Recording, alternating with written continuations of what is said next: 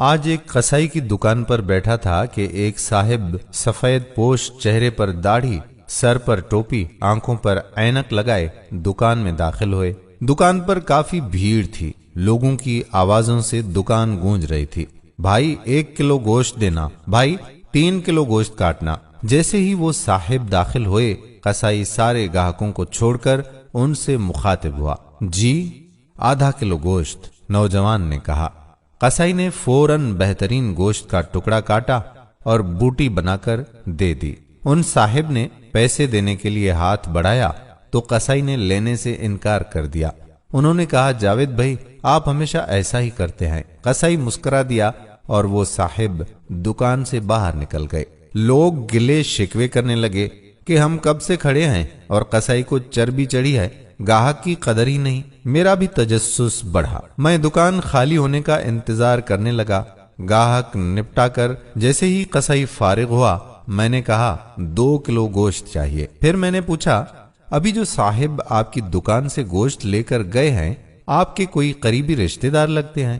سارے گاہک چھوڑ کر آپ نے ان کو گوشت دیا؟ وہ بولا، جی نہیں۔ میں تعجب میں پڑ گیا اور پوچھا، تو پھر؟ قصائی بولا، وہ میری مسجد کے امام صاحب ہیں جو میری آخرت بنانے کی فکر میں رہتے ہیں اور میرے بچوں کو قرآن اور حدیث کا درس دیتے ہیں۔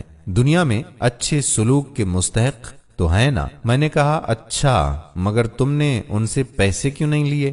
قصائی پھر مسکرایا اور بولا، کیا تمہیں نہیں پتا مسجدوں کے اماموں کو کیا دیا جاتا ہے؟ اتنے تو صاحب آپ کے بچے مہینے میں پاکٹ منی لے لیتے ہوں گے۔ میں سوچنے لگا، واقعی بات تو ٹھیک ہے۔ قصائی پھر بولا، صاحب یہ ہماری قوم کا سرمایہ ہے، ان کو بچانا ہماری ذمہ داری ہے۔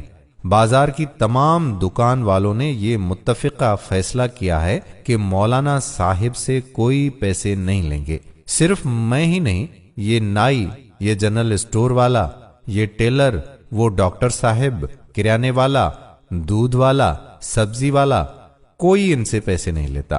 اتنا تو ہم کر ہی سکتے ہیں نا؟ اور پھر مسکرا کر کہا، صاحب ½ کلو گوشت کے بدلے جنت زیادہ منافع کا سودا ہے، یہ لیجئے آپ کا گوشت۔ میں نے پیسے قصائی کی طرف بڑھائے اور کہا، پر بھائی میں تو جاب کرتا ہوں، کاش میں بھی آپ لوگوں کی طرح ان مولوی صاحب کی کوئی مدد کر سکتا۔ قصائی نے کہا، بہت آسان ہے، سامنے گلی میں مولانا نے سائیکل بننے کے لیے دی ہے، آپ دکان والے کو چپکے سے بل ادا کر دیجئے اور اسے کہہ دیجئے کہ مولانا سے پیسے نہ لے۔ میں مسکرایا اور دکان سے نکل آیا۔ اس قصائی سے آج مدد کا ایک نیا سبق سیکھا۔